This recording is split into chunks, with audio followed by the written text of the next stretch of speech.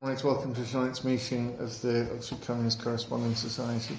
I think everybody knows the procedure. The title tonight is What Are Gods? And it's going to be introduced by Ian. So over to you. Thank you, Ed. As I said, I've unfortunately been quite ill and have not been able to prepare for this talk as I would like. So I've just got a bunch of notes, and so if you're patient with me, I'll get through it, but it may not be quite as flowing as it should be. So as we know, today, billions of people are consciously religious and believe in something they call God, or Allah, or what have you. And there's various indigenous religions that are less well known, but belief in God or gods is very widespread. If you look at ancient Greek religion, called paganism by the Christians, they believe in lots of different gods: Zeus, Apollo, the one who lives under the sea, Poseidon. Thank you. Lots of different ones, and even demigods and heroes who were semi-divine. Now, what I want to assume in this talk, or rather not make any judgment upon, is the reality or the unreality of the gods or God we're going to talk about. That's not going to concern me whatsoever. The merits of theism or atheism I don't care about here. I don't care about whether these things are ultimately real or imaginary, or some mixture. That might seem a weird thing to say at first, but we need to distinguish between the intersubjective concept of a god and any corresponding social, psychological, and material consequences of acting as if a particular god was real, from the separate question of its objective reality. Because, as we know, the ancient Greeks believed in lots of gods, and their civilization was significantly shaped by those beliefs. And those gods had a sort of existence, a sort of reality, just not the sort that endured beyond classical antiquity. Because today no one, apart from some modern-day Hellenists, actually believe in the existence of those gods anymore. But once they were believed. So gods can be real, even though they can certainly also be imaginary in an important sense. They can be real beliefs, objective, true beliefs that people hold, though they may not refer to. Anyway, you get the point. Now, why do we care about what gods are? Nuts. Peanuts is a starting point. We all know what a peanut is, but I think probably most people here also might know that a peanut is not a nut at all. It's not a nut. It's a legume, I think. There we go. Ed definitely knows it's not a nut. As someone doesn't pay a great deal of attention, I assumed it was a nut. Anyway, the point is this. There's lots of nuts in the English language in the UK that are not nuts at all, but they're just collected together because they have the similar kinds of culinary properties, right? They're nutty to our tastes and our immediate senses. But along came biological sciences and a need to classify plants and their parts in different ways for different use cases. Not for cooking with them, but for tracing out their evolutionary development, what function the particular fruit or legume played in the reproduction cycle of a particular plant, etc. Different use case, therefore different classification criteria, and therefore different ontologies carved out of the world. Now, gods and gods is a similar sort of folk concept that here we want to take a more scientific approach for the use of really knowing when talk of a god is really talk of a god, or when it's something else, or maybe when talk of things that aren't gods turn out to be, in fact, hidden talk of gods. We might be surprised by any new classification we come up with and how it might change the way we look at things, just as some people are surprised when they're told that a peanut is in fact not a nut at all, and something they thought wasn't a nut, in fact is.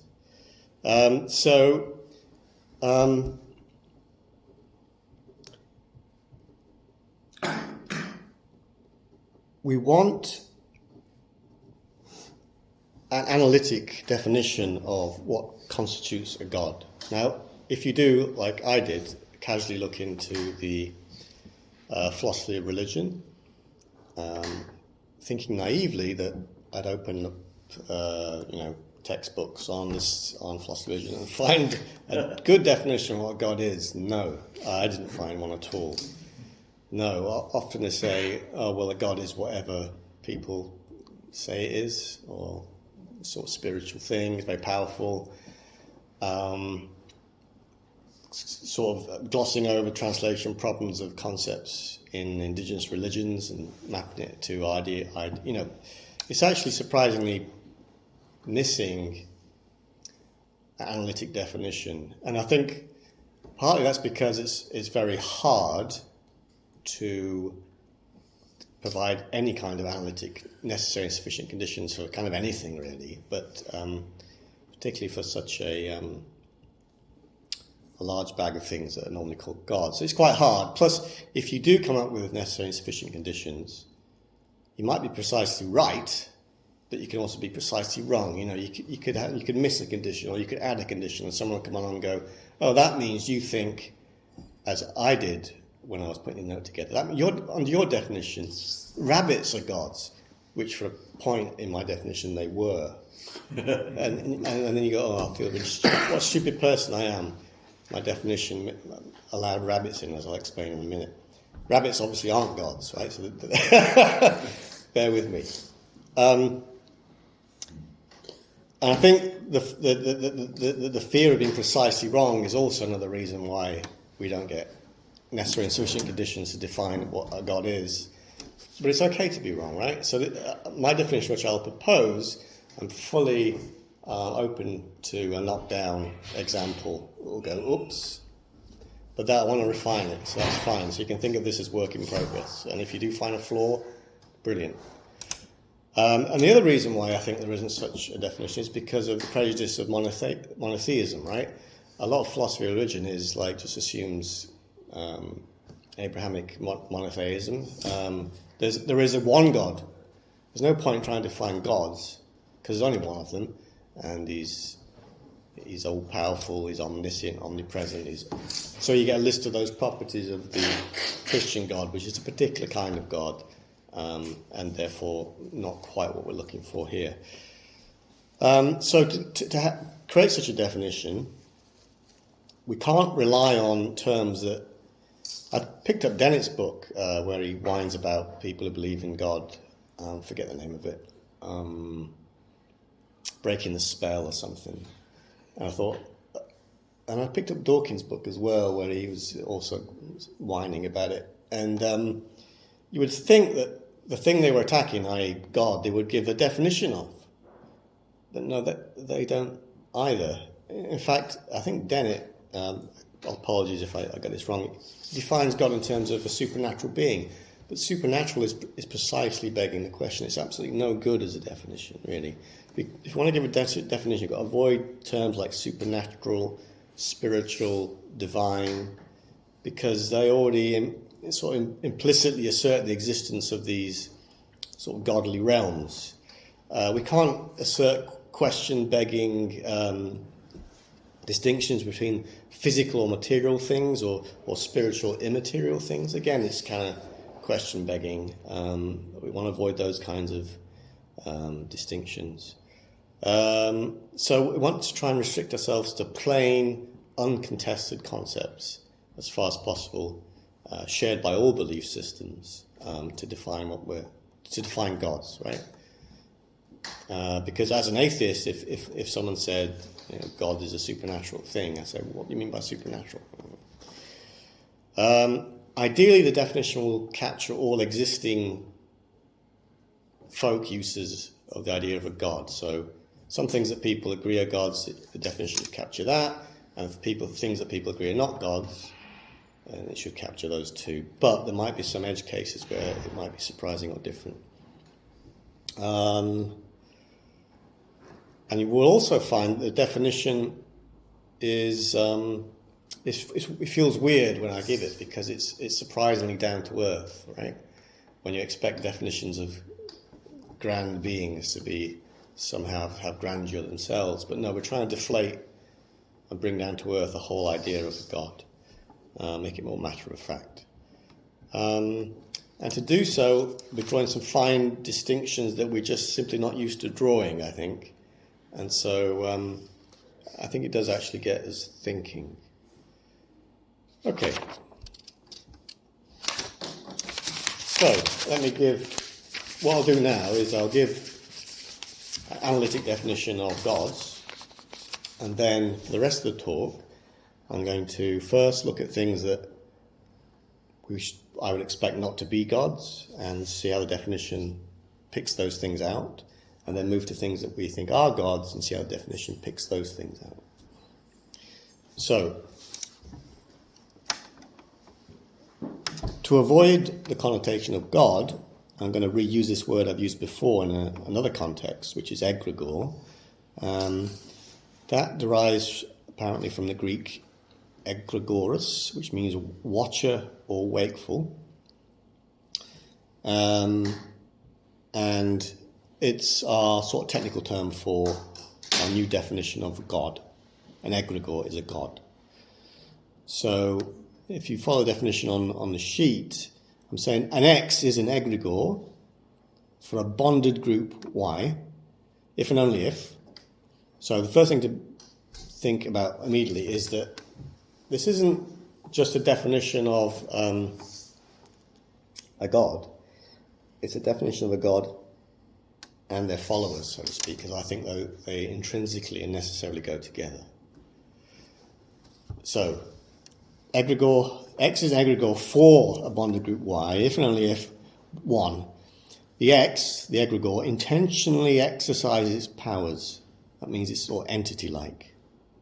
When Zeus throws his thunderbolt down, he decided to do it. 2, X, the egregore, is for itself. It means it's self-preserving. It's a kind of entity that wants to maintain and preserve itself through time. It's for itself. It has self-care, so to speak.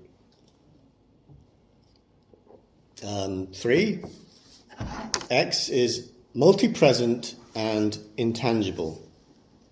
I took a lot of care over this particular wording because what I'm trying to get at really here is the immateriality, the spiritualness, in other words, of a god. Well, I'll explain what multi-present and intangible means in more detail in a moment. Everywhere and nowhere is one way of thinking about it. And finally, 4, and Y, the bonded group Y, values the X, the egregore, as an end in itself. That's something intrinsically worthy and valuable. Colloquially, it's a sacred thing. So, an egregore is, so to expand on that definition and give a bit more colour to it, an egregore is for itself because it is a mind-like entity that intentionally acts to preserve its existence and its powers. So, Zeus acts to maintain his power and influence over the cosmos, he falls out with other gods, etc., fights the Titans.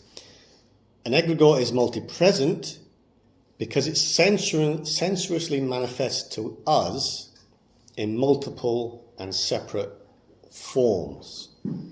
Different kinds of things that are not obviously connected. Okay?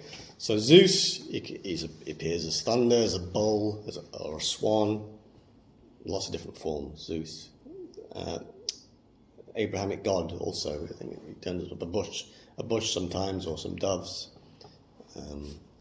sitting on a throne, sometimes in the mystical ascent literature. Anyway, egregore is intangible because it is immanent in all its forms, but its essential nature transcends those forms, and it's not identical or reducible to those forms. So Zeus may be present in thunder, clouds, and lightning, but Zeus as a spiritual being, not identical with those physical manifestations.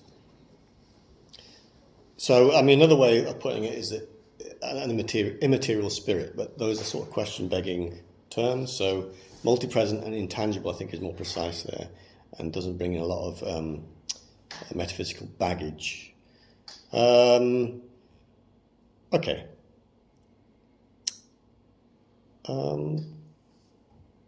Let me see. Just as an aside, in Hawaiian religious thought, they traditionally believe that gods are myriad bodies. And this is quite common. Or in other religions, gods are considered to be sort of distributed persons. You know, they turn up in lots of different forms. Right, so I use the term bonded group rather than religion or cult or sect to avoid the kind of connotations with the value judgment of a religion being kind of legit, a cult being dodgy. I don't care about that. A bonded group, a group bonded to its egregore, whatever it might be. And the bonded group values an egregore as ended in itself, in the sense that its activities are either explicitly or implicitly driven by the belief that the egregore is an intrinsic good in and of itself, without the need of any higher justification. So, for example, ancient cult of Zeus had its main temple in Olympia, honoured Zeus as a divine being, maintained the causal moral order of the cosmos, and therefore worthy of worship for his own sake. He even had extra names such as the giver of goods, the good, and so on and so forth.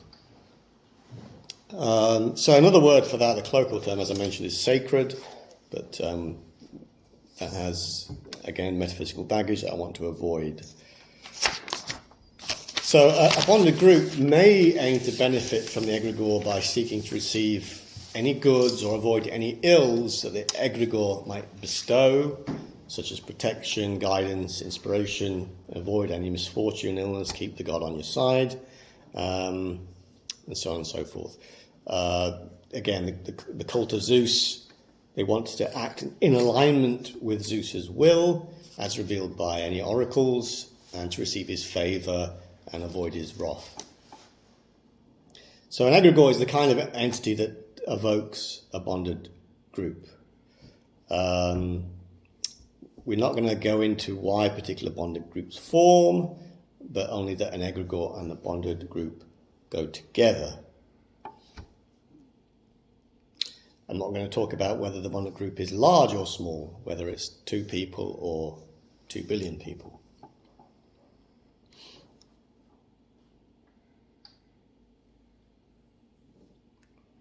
Okay. And finally, in this section, some egregores I want to mark out as especially powerful, with particularly extraordinary or formidable powers that existentially affect all our lives, and that would be a deity. So there are egregores, and which we'll give some examples shortly, and some are more powerful than others. So in the Hellenistic religion, there are lots of kinds of gods with varying powers, and some are more powerful than others. Zeus is the ultimate entity. In Neoplatonism, the myth of Zeus transmutes into the highest possible god, of which his pantheon are like lower level, almost natural forces that are subordinate to him. So there's a deity. There can be deity egregores and non-deity egregores, less powerful ones.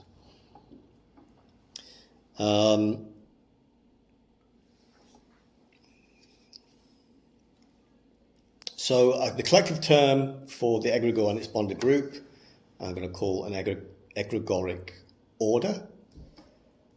And it's this communion between a people and its God that's a central feature of religion. And it's the attempt to establish this intimate relationship with the divine egregore, to communicate with it, to merge with it, that is often a distinct characteristic of many religions.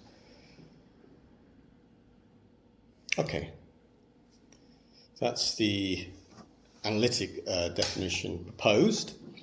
So let's now try and test it out on cases.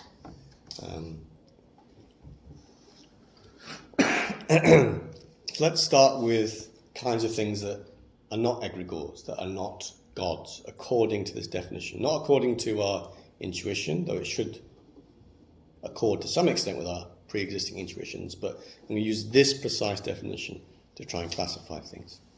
So let's start with, look confused there, Mike, you good? You want? So start with fictional entities. So H.P. Lovecraft, again, an example much liked at the CCS. Call of Cthulhu, 1928, monstrous octopus-like creature. He's got powers such as telepathy to control us. When the stars align, he'll awaken from his slumber in the sunken city of Riley to reign over us. We can assume that Cthulhu intentionally acts to preserve his existence and powers, and he's therefore self-preserving. But Cthulhu manifests in a single physical form, that of a titanic monster. Hence, he's not an egregore.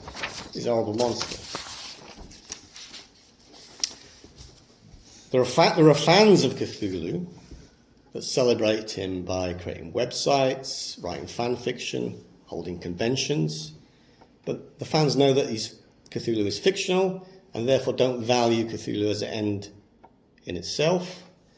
And therefore, for example, none of them tried to help his cause by becoming one of his subjects under his telepathic control. Well, I expect someone does, but most of them don't.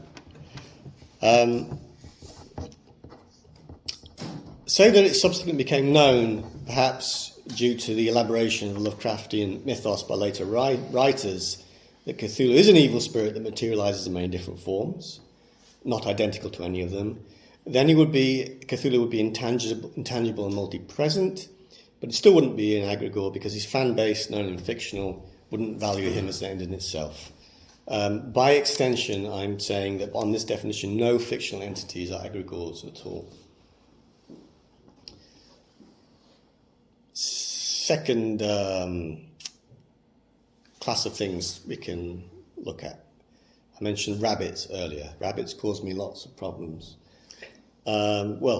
Natural creatures. So rabbits, as we all know, small herbivorous mammals, eat hot, reproduce, very cute. They're self-preserving, obviously. They can change their appearance. They grow from babies to adults and change the colour of their fur. But they're tangible material beings that manifest in single forms. Rabbits, therefore, are not egregores. They do almost have a bonded group, though, because rabbit sanctuaries are social institutions dedicated to their welfare. Everyone loves them because they're cute, look after them. They will try and help them because they see them as end in themselves. The people who dedicate their lives looking after rabbits or dogs or cats or any kind of natural creature that people love, they do value this thing as an end in itself. It's almost sacred. In fact, for some animal lovers, it does, I think, hit the sacredness kind of area. But doesn't count as a bonded group, these people, because rabbits are not egregores and neither are dogs and neither are cats. So by extension, no natural creatures are egregores, regardless of the existence of any human institutions that care for them. third thing, and here I'm borrowing a term from Ed's book, Towards the Science of Belief Systems. I do believe you proposed the term proposed creatures, which is very nice. In fact, this whole talk might be an exercise in the science of belief systems, but I'll leave that to your judgment later. Certainly love that book, and it really has got me thinking about many things. So proposed creatures, Ed's term, they're creatures whose existence is suggested but not proven. Griffiths, 2014.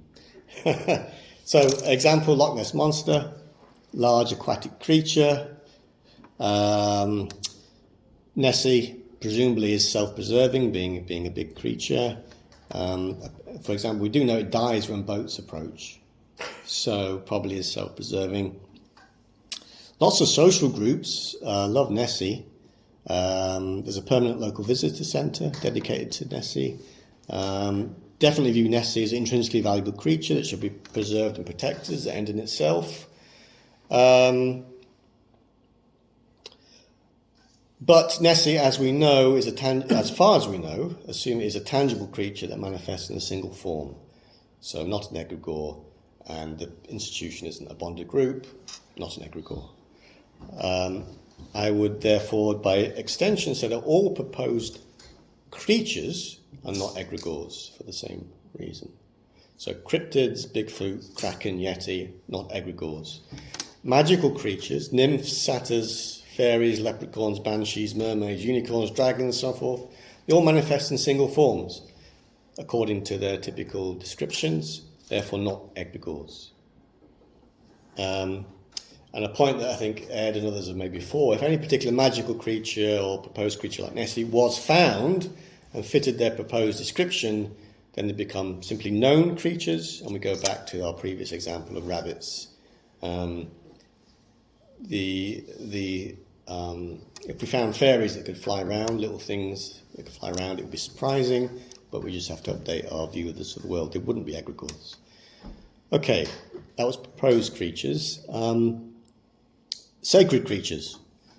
So cows are sacred creatures in Hinduism under the protection of the god Krishna, yep. Hindus do worship and revere them, but again manifest in single forms, not egregores. All sacred creatures are therefore not egregores. However, a cat can sometimes be the manifest form of the Egyptian goddess Bastet, or Bastet, or a swan can be the manifest form of Zeus. They're not sacred creatures, but avatars of higher gods. Different kinds of entities altogether. We'll consider those cases subsequently. I hope you're still with me. We'll get on to the actual gods shortly. Digital entities. So, say like a chatbot, LLM thing today. Computer program that converses with humans. Underlying technologies we all know, big neural network. Now, such chatbots are not self-preserving. You have to restart them if they get switched off or they crash. So chatbots are not egregores.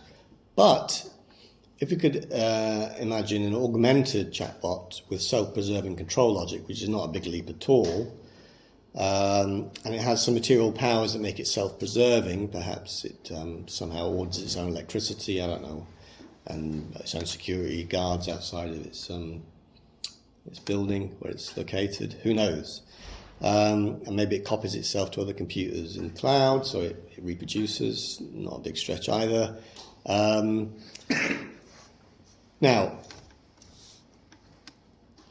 let's assume there might be a bunch of people who start worshipping this thing, loving it. I think it's the best thing ever.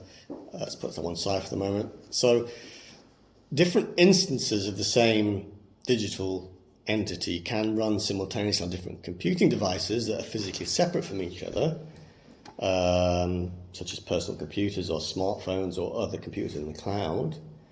Now, software is probably the best example we have of something that manifests in multiple and separate hardware forms. And so that actually has caused some people to liken that relationship between software and hardware to the relationship between an immaterial soul and its material body. But software, like the Aristotelian soul at least, needs a body to run, but it's kind of separable from it. But I'm saying that every running instance is a complete copy of this software, which could be extracted from its embodiment. In other words, the software doesn't transcend, but it's coextensive with, and therefore fully embodied in, all its running instances. And so I'm saying that the digital being is in fact tangible, just not perhaps tangible directly with our hands. We actually have to extract it from its embodiment, and we can look at the code, and that is in fact what it is. So it's fully embodied in its running instances, and so I would say no digital being is an egregore, even if some group believed it to be an end in itself. Okay. Ghosts. We know what ghosts are. They manifest in a single form, not egregores. Powerful people. Gurus. Kings. They're just mundane, corporeal, single beings with a single body, not egregores. Even though they have, mass followings, or devoted followings. Social institutions. Sorry, my timing is well off, so am I well over? No, you're okay. Okay. So social institutions. Families, schools, charities, political parties, corporations, blah, blah, blah. Let's take an example of a for-profit corporation. Incorporated legal entity aims to maximize profit for shareholders. It has lots of powers, such as the ability to hire and fire employees, enter into contracts. The corporation has a composite body with multiple different parts, such as employees that perform different roles, different physical and financial assets, offices in different locations, and so on. Employees, during their working hours, they become components of that corporate body. For example, employees of a retailer may wear uniforms with the company logo, signifying their membership of the corporation. So that the number and kind of parts that comprise the corporate body might change over time. You can hire and fire employees, acquire and dispose of assets. So in this sense, the corporation does manifest in multiple and separate forms.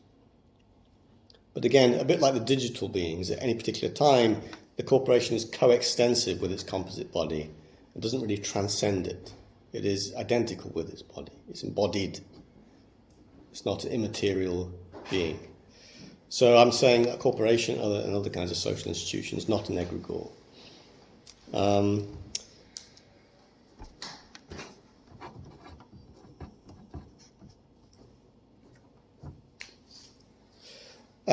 And that holds even in the case that the social institution is valued as an end in itself. I think most people, unless you're really fully inculted, don't think corporations are ends in themselves.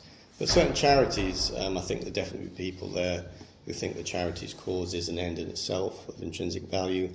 But even if they might have a group of that nature, the social institution wouldn't be an egregore for the reasons given that it's too much of a tangible entity. Next, moral ideals. So humanism, as we know, moral philosophy emphasizes the intrinsic value of human beings.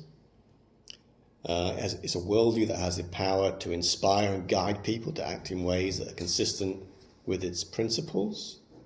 But humanism is not an entity-like thing that intentionally exercises its powers. So, not an egregore. Moral ideas, not an egregore.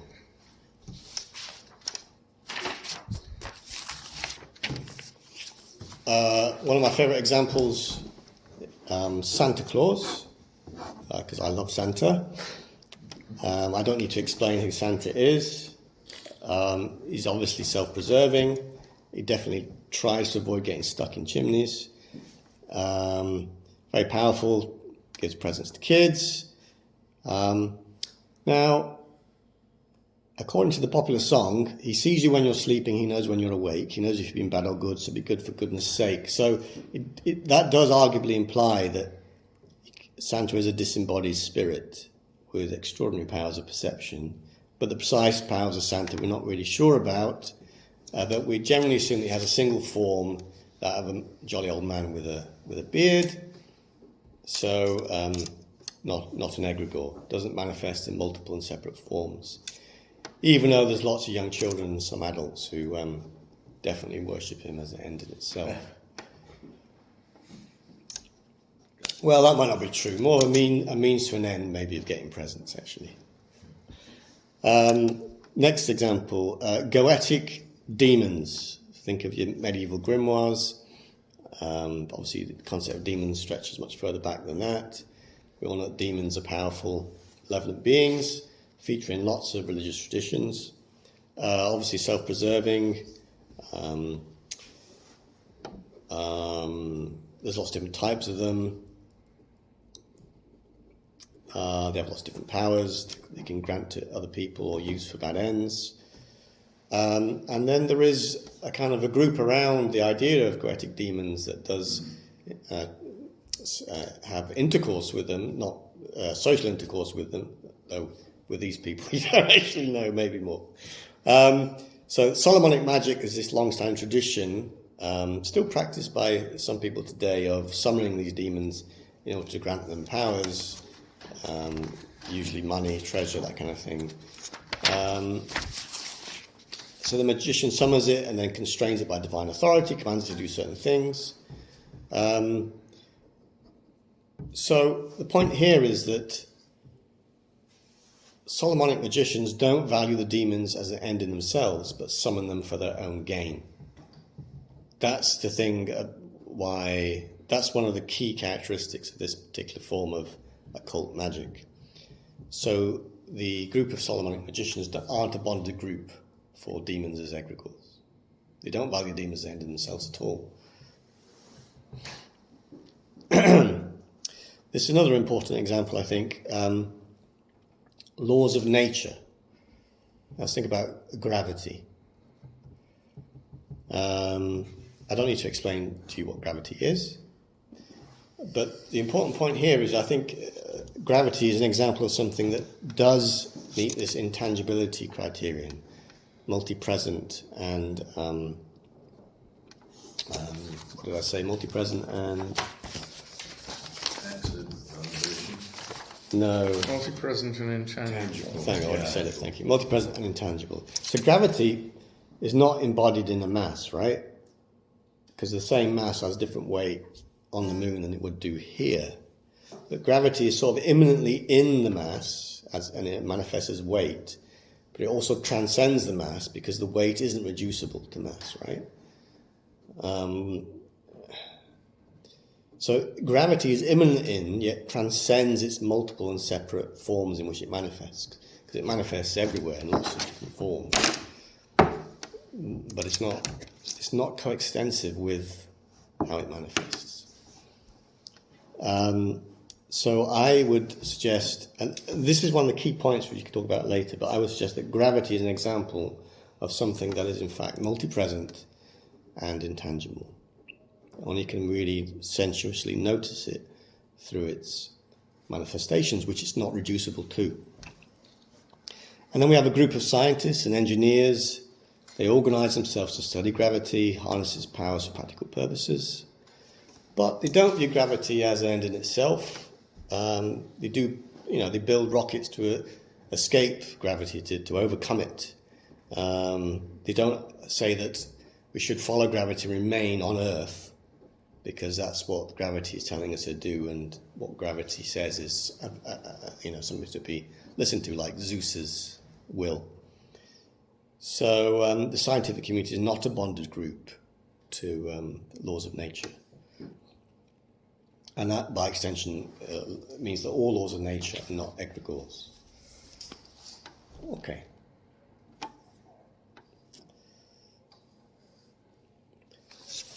End of part 2.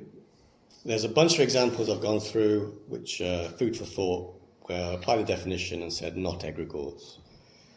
Now let's look at some examples of things that are egregores. So ancestor spirits. So Achilles,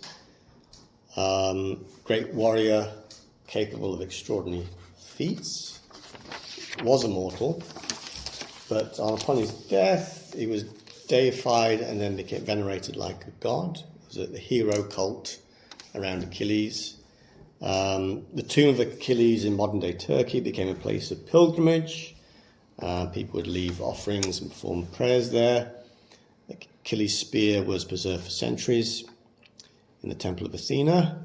And we have, from 130 AD, someone saying that Achilles dwelt as an immortal spirit on a blessed isle. And anyone who sort of sailed nearby, Achilles would appear to them in dreams and help them to navigate and tell them the best way to anchor their ships and so on. So Achilles on his death became a spirit that manifested in multiple separate forms, as a ghost sometimes, or in dreams. It also was Achilles was immaterially present at his tomb, able to notice the prayers and offerings of the pilgrims, because they were hoping for boons from him. So he was multi-present and intangible, an immaterial spirit. And the hero cult venerated Achilles was widespread throughout the ancient Greek world. They constructed temples, etc. And they valued Achilles as an end in itself, as sort of a personification of heroism in battle. So the cult of Achilles is a bonded group. Achilles is an egregore, but not a deity, because he wasn't extraordinarily powerful. So all the ancestor spirits, by extension, I would argue, are egregores. They're gods of a kind. In fact, the veneration of ancestor spirits, as we know, ancient and ubiquitous feature of human culture. And out of interest, Catechism 2683 of the Catholic Church states that saints constantly care for those whom they have left on earth and are put in charge of many things. So we can and should ask them to intercede for us and for the whole world. So Catholic saints, to the extent that they're reported to manifest in multiple and separate forms, intangible spirits, are egregores as well.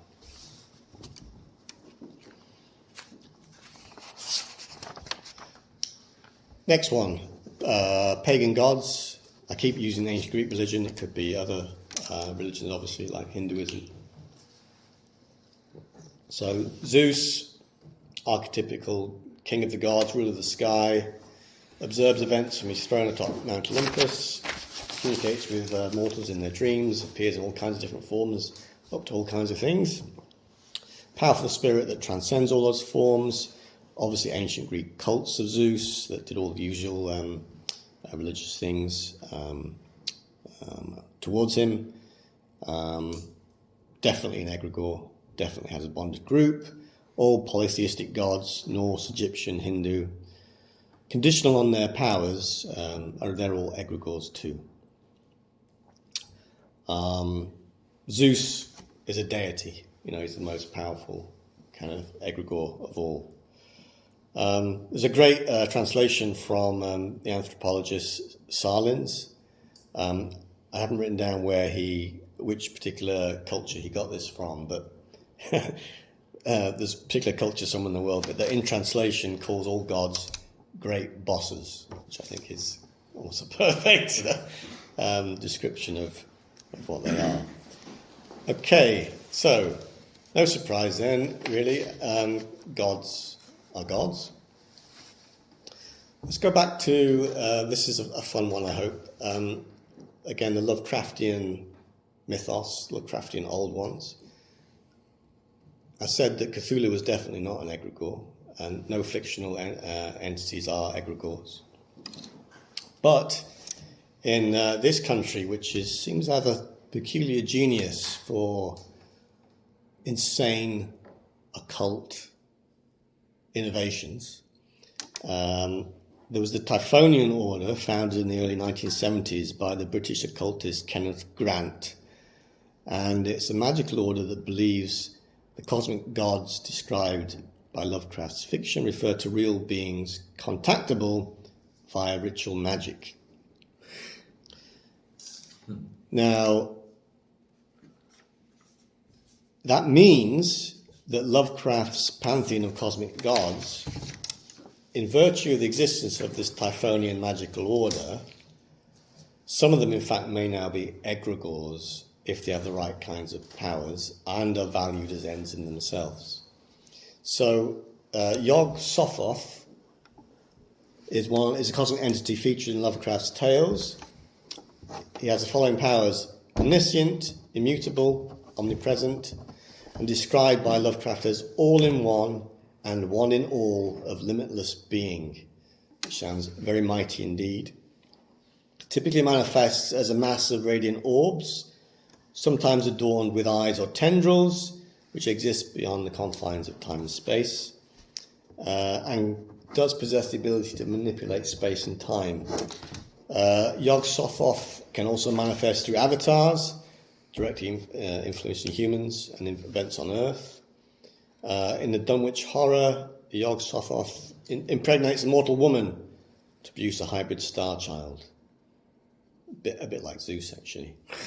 If you please Yog-Sothoth, he'll give you arcane knowledge, which must be great.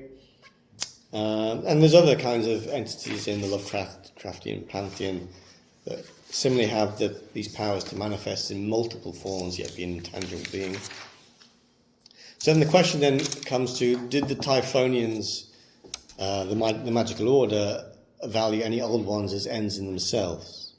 So one of the difficulties we have here is that the Typhonian Order is hard to understand. It's fundamentally an esoteric secret order, so we're not quite sure precisely what their beliefs were.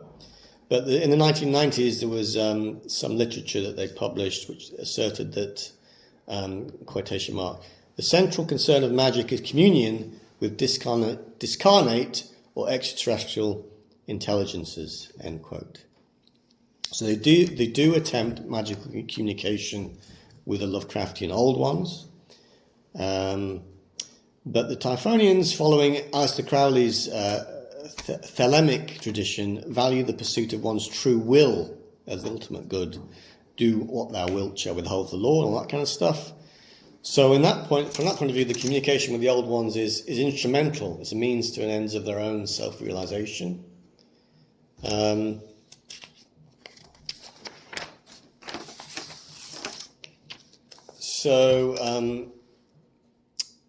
So the Typhonians, as far as I can tell, are committed to expanding the boundaries of human knowledge and experience in the service of, they claim, not their own personal selfishness, but ultimately communing with the greater powers of the cosmos. So the old ones are not merely tools for achieving certain ends, but are inherently valuable entities that hold a secret to the ultimate good, whatever that might be. And if that is, in fact, the true description of the Typhonian Order's beliefs, then they do value the old ones as ends in themselves, and in consequence, the Typhonian Order is a bonded group, and some subset of the Lovecraftian pantheon do, in fact, constitute egregores by our definition, and are gods. Yog-Sothoth definitely being a deity, because he's very, very powerful. And in fact, the Typhonians do believe the old ones are real, and they act as such. I won't go into the sticky details, but they use sex magic to try and, in fact, communicate with them. I think the people who are going to Lovecraft conventions aren't doing that kind of activity. I think they're more reading books and looking at literature. It's different, right? But we're not judging whether the existence of these things are real or not, or purely imaginary or not. The point is, in virtue of the Typhonian Order, Lovecraftian old ones are egregores, they're gods. Just in the same way that the Greek gods were real for the Greeks, and they scoff now. Okay, so the Typhonian Order, oh, that is so silly, but they believed it. So it's just as much gods in the fullest. If we're granting that the ancient Greek gods, like Zeus, were gods, in the fullest sense, we must grant to Kenneth Grant that his gods are gods too. And then finally, penultimately, the Abrahamic God. Yeah, God is God. There's no need to really everyone knows by now the pattern, and it will fall out that, all the big religions of the world are bonded groups, which means they are partially controlled by an egregore. I'm not going to go into the details of what partial control means. I'm not going to get into the details of the diagrams I have on the other side of that sheet, which particularly get into the idea of how an egregore and its bonded group are kind of like self-reinforcing mutual feedback systems, where I think it's no accident that egregores are the kinds of things that are ideas with... They're things with... Not ideas, I'm not saying they're just ideas. Egregores are the kinds of entities that would instill worship of a kind, and usually public worship that causes rituals to be enacted, which socialise those beliefs and brings people into it, and so on and so forth. And the fact that I think that's somehow that's important, but I won't get into it in this because there's not time. But I think that's this important characteristic why there are such widespread belief in egregores, because of the kinds of belief systems that find bonded groups that self-perpetuate them and try and expand them. So they're very stable kinds of social structures, very self-reproducing things. So, and I think I will come to a close with one final thing to say, which is try and break this definition, extend it, refine it. It's a different way of looking at things. There are many more cases it could be applied to. There is one big case that I haven't mentioned, related to some things I've said in the past, which is for a different talk entirely.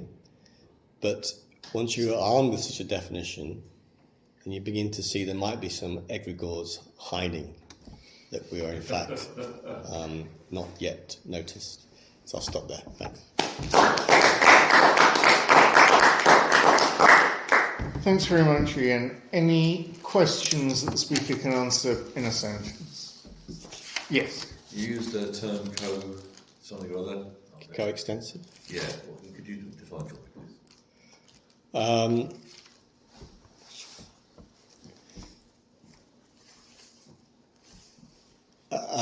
What I mean by that is that there's the embodiment, there's something that is in fact is embodied, even if the body might be extended in different ways. So that's not a good answer. If I run a computer program, one computer program, parts of it could be split across 3 or 4 different computers, so it runs in parallel, right? So it's embodied in, say, 4 different computers, this one computer program. The computer program is coextensive with its embodiment. There'll be a part of it in one computer, a part of it in another part. So, yeah. Okay. Suppose somebody designed a piece of malware which would shut down every instance of Windows in the world. We would have killed Windows in the same sense as people talk about Great Pan is dead. Yeah, and shut it down, deleted every copy of Windows, Yeah. all the backups, you would have killed it. It's embodied, yeah. It has that embodied. Yeah, even though the embodiment might be quite complicated. Okay, fill that. Yeah, thank you. Any other questions or shall we move into discussion? Question, yes. Yeah, I just want clarification on the first one of these criteria, which is that X intentionally exercises its powers. Because I'm thinking of something which might be a bit of a grey area, like the sun, which seems to fit everything, except I'm not quite sure about the intentionality of it exercising its powers, because the bonded group may well believe that it's intentional. And is it their view that matters, or is it some kind of... Right, that's a good question, actually. Well, it depends what you mean by the sun.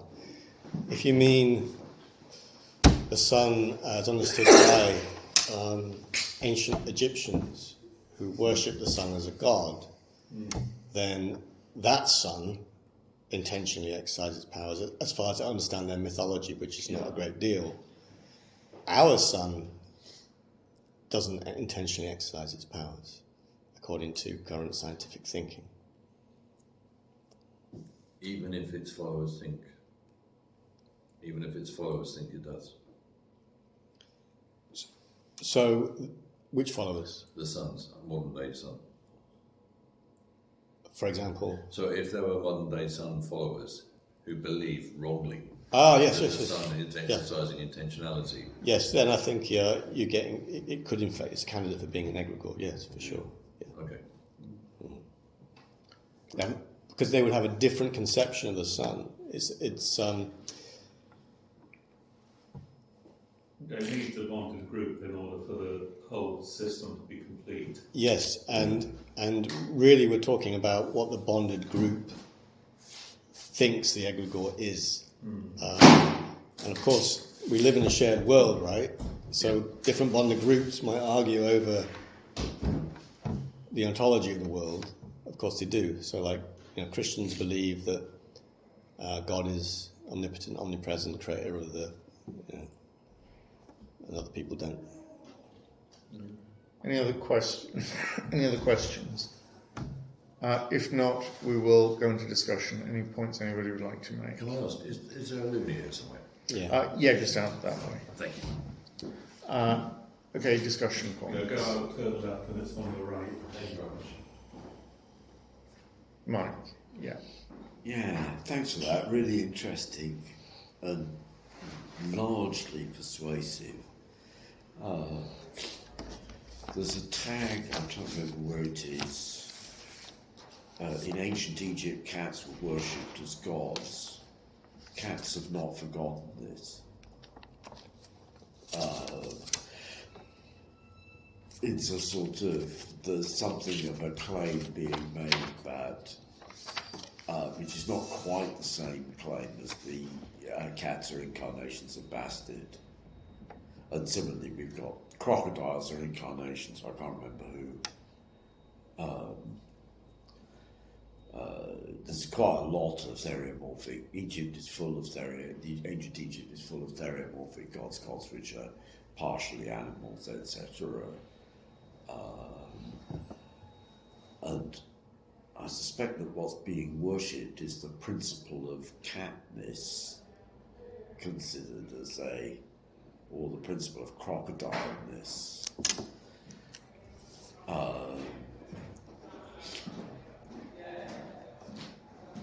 So I'm not sure. Other side of the coin, the bonded group valorizes the egregore as a value in itself. That seems to commit you to the idea that Hades and Eresh Kigal are not egregores, or hell in the Norse mythology, because the Hades, Eresh Kigal, hell. Well, I can't remember the name of Pazuzu, who is a fever demon who manifests as swarms of insects of different sorts. Are recognised as divine powers, but what you're chiefly doing with rituals towards them is to try and avert them. and it's sort of equally in relation to that much more fundamental character, the trickster,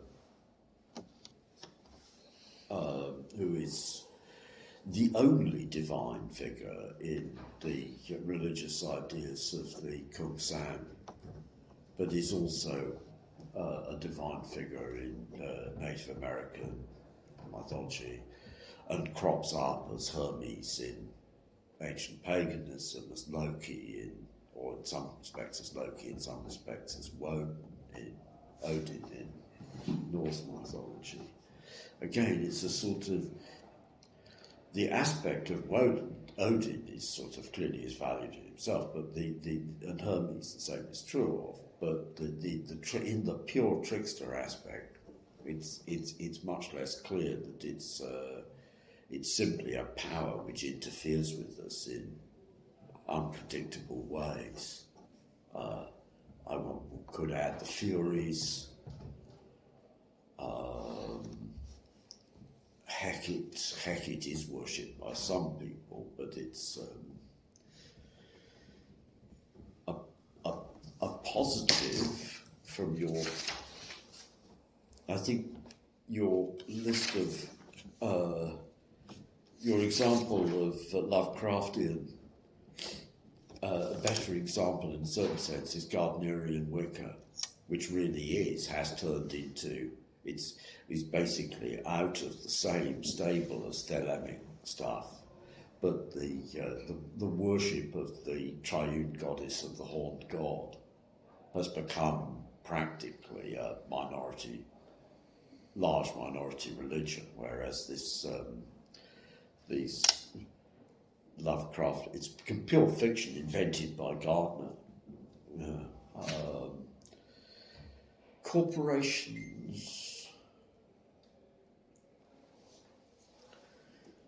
Salmon and Hamburg Company in the 1680s. No, it's not 1670s. The company has wholly ceased trading. But the question is it possible to sue the company which has wholly ceased trading? Does it have a body anymore? Rather, the same issue exists. There's very much more recent case called Re Harrods Buenos Aires, which concerns a British company whose shareholders are two Swiss companies, one of which is owned by an Italian and the other by an Argentinian. And the Italian, the assets is a supermarket, a department store in Buenos Aires called Harrods Buenos Aires. So, okay, the problem is the Italian and the Argentinian fell out with each other, and there's an application made to wind up Harrods Buenos Aires in London, and the objection is made that London is forum non conveniens because the shareholders are all Swiss and the actual participants are all Italian or Argentinian, and none of them speak English. But then the answer to that is the company, nonetheless, even if the business ceased, the company would still have a existence in point of law in England. And I mean, this is very much stretching the point. It's sort of, is the company, your argument is that the company is not an egregore, the corporation is not an egregore because it's coextensive with its body consisting of humans and assets and so on and so forth. And I think probably nobody regards the company as a good in itself.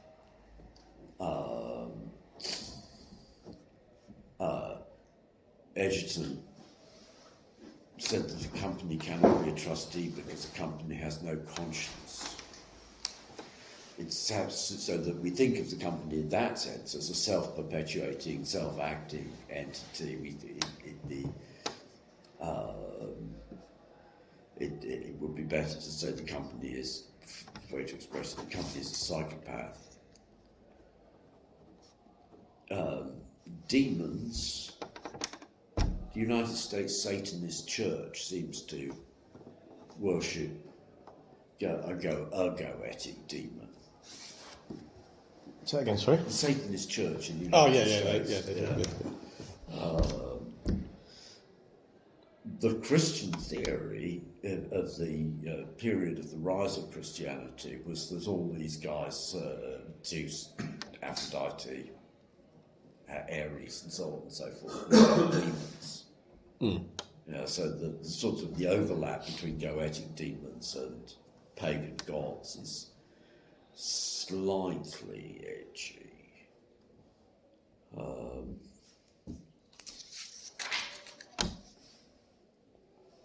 Is the flying spaghetti monster?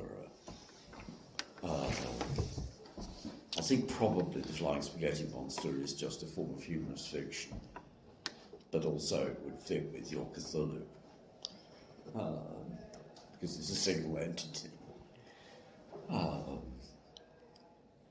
Yeah, it depends very much on the mythology of the flying spaghetti monster. I don't know enough of the details. Is it simply always flying spaghetti? Can it be a pizza sometimes? It's something which people write down on the census for religion in order to take the piss of organised religion. Yeah, and I suspect that there's no, but I have a vague recollection that somebody either in the States or in Australia has actually set up a charity called the Church of the Flying Spaghetti Monster. Thank you. Myself next, then Zed. Following on from, and thank you, Ian. Following on from a point that Mike made, it's sometimes said in the history of religions that the two possible attitudes to gods are Doat days I give that you might give to me, and Doat abeas I give that you may be absent from me. Neither of those is an end in itself. One of them is you sacrifice to your god so that they'll provide food and a good harvest and whatever. And the other one is you sacrifice to the scary being so that they won't come and cause trouble. And I wonder whether that idea of end in itself is really applicable to a lot of beings who have been regarded by their own worshippers as gods. I think the Egyptians used to threaten their gods. I'll punish the idol if you don't produce a decent harvest. Then we'll come along and torture the idol. So the end in itself point, I'm not confident of that. Multi-present and intangible. I think it is particularly characteristic of Zeus among the pagan gods that in his myths he appears in different animal forms and so on. I don't think that's true in all mythologies equally. I'm not sure it's true to the same extent of some of the other Greek gods. I mean, Odin, who's been mentioned in the myths, doesn't appear in a great multiplicity of forms. He's always a guy with one eye, and he's got ravens and so on. Thor is always a guy with a beard.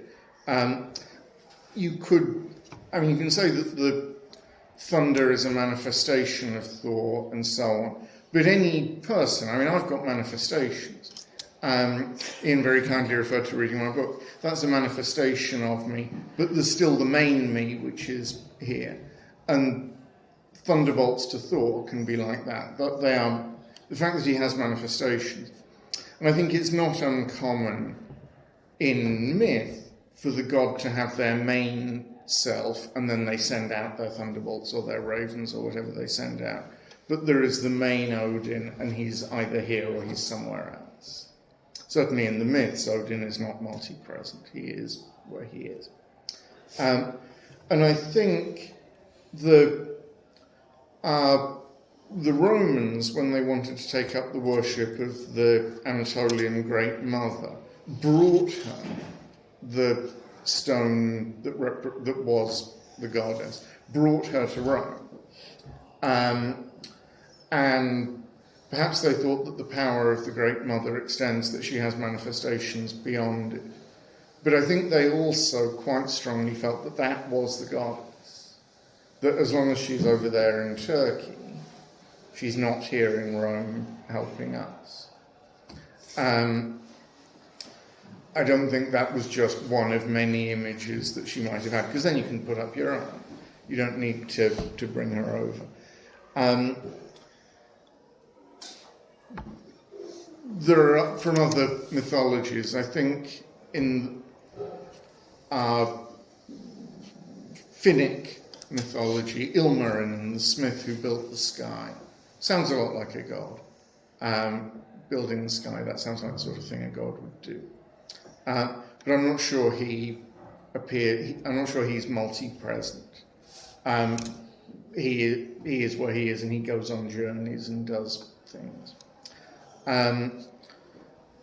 The sun, which has been mentioned, at least one branch of Egyptian religion, Atonism, under Akhenaten, the Aten is the sun disk. That's not multi-present. There's one of it up there, and you can see it. Tengrism, as it's sometimes called, the god of the nomadic Turkic and Mongolian peoples, the god is the blue sky, and that's not really multi-present. That's it up there. The Emperor Augustus was worshipped as a god by some of his subjects in his own lifetime. He wasn't really multi-present. He was like me. He had his main person, and he also had external manifestations. So I'm not confident of that.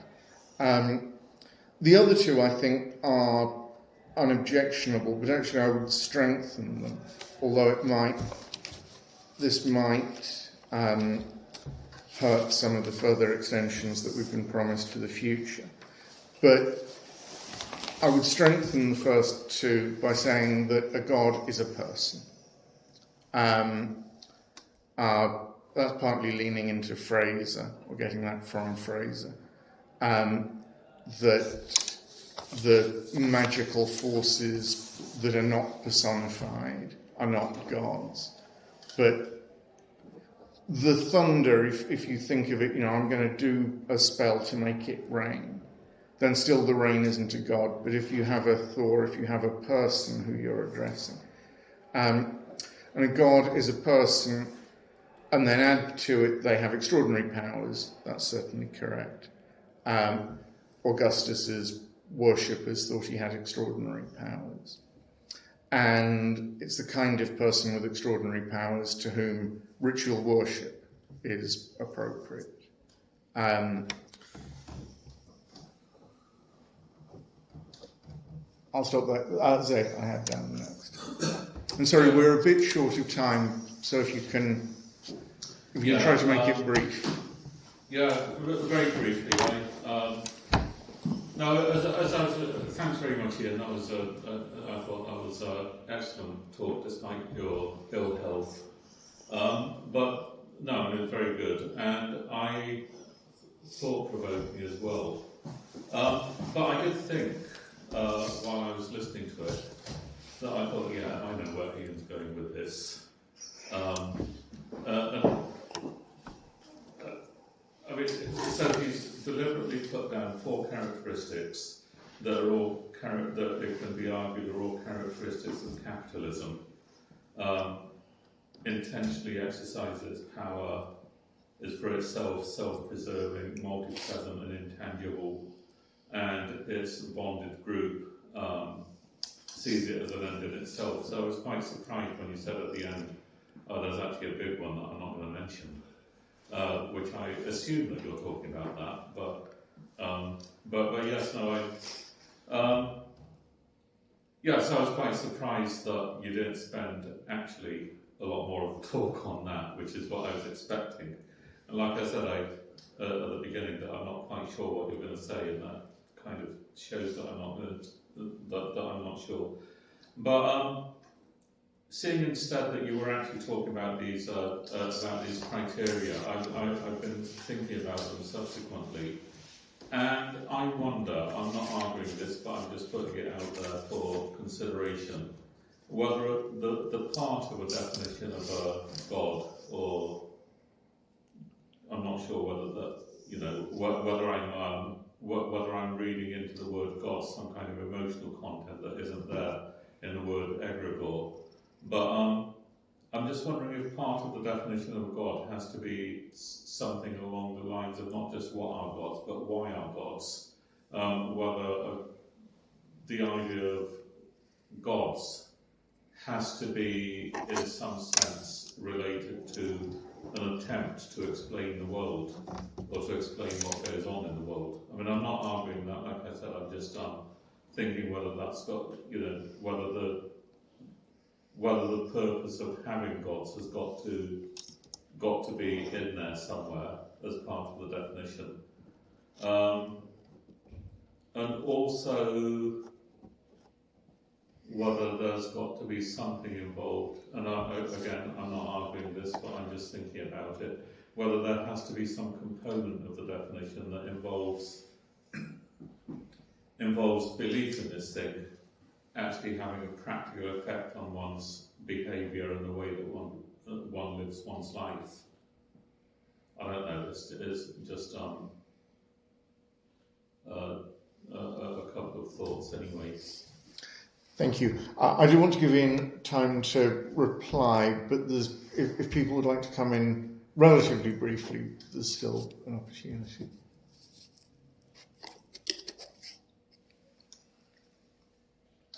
Just chip the small thing. I've just been reading a hymn to Aphrodite. To Aphrodite, the Greek goddess of love, in the person of Arsinoe, the queen of Ptolemy Philadelphus. Which is, okay, I think this is Avatar stuff, but it's the same thing as the worship of Augustus.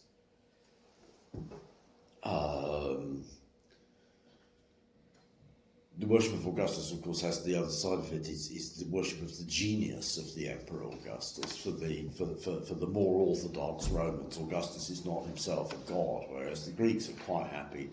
Ptolemy, the first of Egypt, was Ptolemy Soter, Ptolemy the Saviour, and was given divine honours. Athens gave Demetrius Poliorcetes, who was the son of Alexander's general Antigonus, divine honours in his lifetime. And the worship of the Roman emperors is very much, directly of the Roman emperors, is very much of the provinces. I'm not sure that it makes the emperor, does it make the emperor a qua emperor an egregore?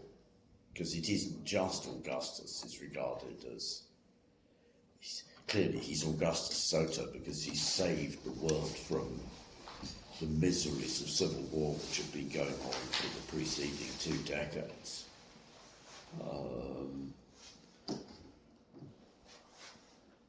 But that sense of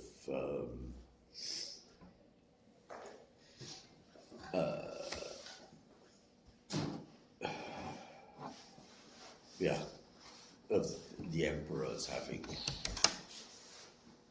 Well, the other side of it is that the emperor has these sort of divine powers, or is taken to have divine powers, and you can pray to the emperor to avert earthquakes or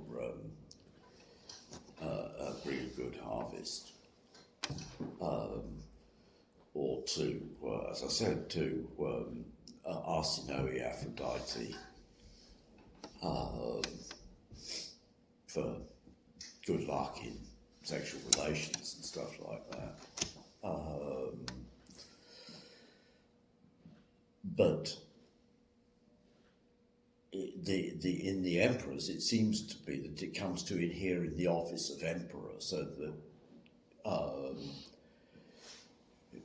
we pray to Septimius Severus, and then we pray to Septimius and his co-Caesars, Caracalla and Gaeta. And then Caracalla murders Gaeta, and Gaeta's name is rubbed out on all the inscriptions. There's a sort of, it has this, it seems to be the office which is being worshipped as much as it's the human emperor. Thank you. In a moment, I'm going to ask Ian. I'm afraid we're not giving you an enormous amount of time to respond, Ian, but you'll get 5 minutes or something. Thanks very much, everybody, for coming along. We'll be back here next week, same time, same building, not necessarily in this room, although chances are it will be in this room.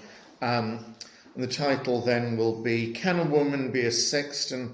Oliver Ingram, 1739 to 1740. So maybe some of the same issues that we've been discussing today will come up then.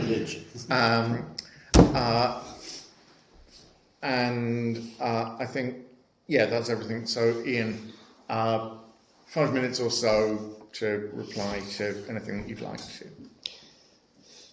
Yes, so this is, as I hoped it would be, really useful for me, because the feedback I've got already has got me thinking and refining, and I think be able to improve the definition, because as expected, I think there are some things that are slightly wrong with it, which have been pointed out. So, valuing it as an end in itself, I think it's pretty clear from the examples of the devil, Hades, demons, etc., that they're not valued as ends in themselves. And I think the two prongs that you mentioned is very important. I didn't know that, and I think it's clear once it's been said. The two attitudes to God, which is to sacrifice to them to get their favours, or to sacrifice to them so they clear off and get out of your way. So, end in itself isn't capturing the right thing there. It needs something else, something different. Not sure what yet. Not controllable by us. Well, yeah.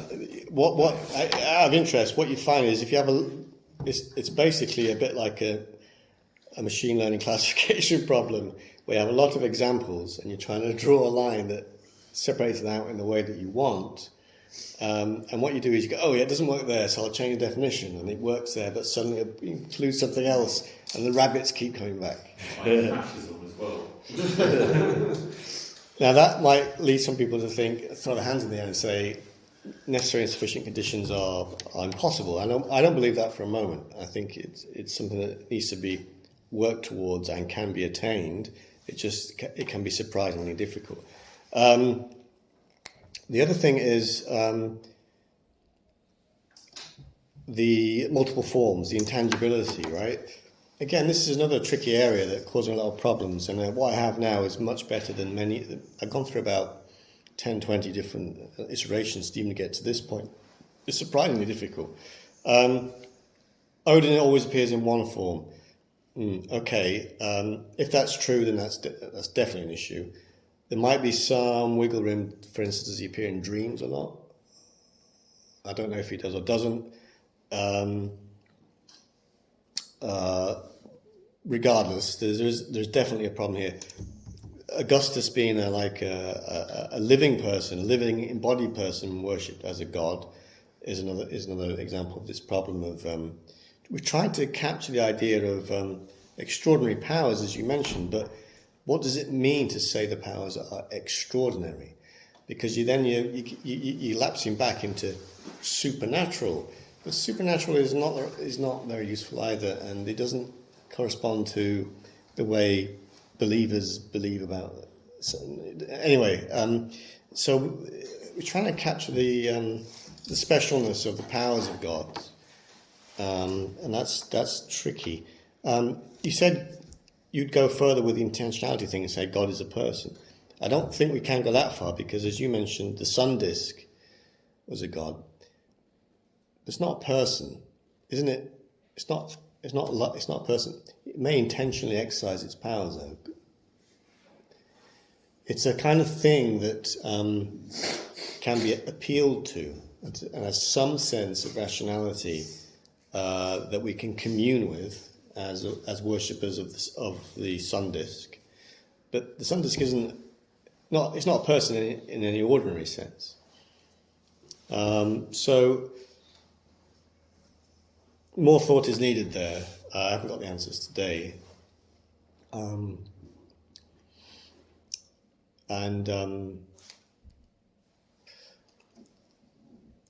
fact that there doesn't seem to be a great deal of existing work on this is, I think, worth reflecting on in itself and quite surprising. And I will end by saying it's been very, very useful, and I will go away and think and come up with some improved definitions. That's it. Thank you. Thanks very much, Ian. Next week, women being a section.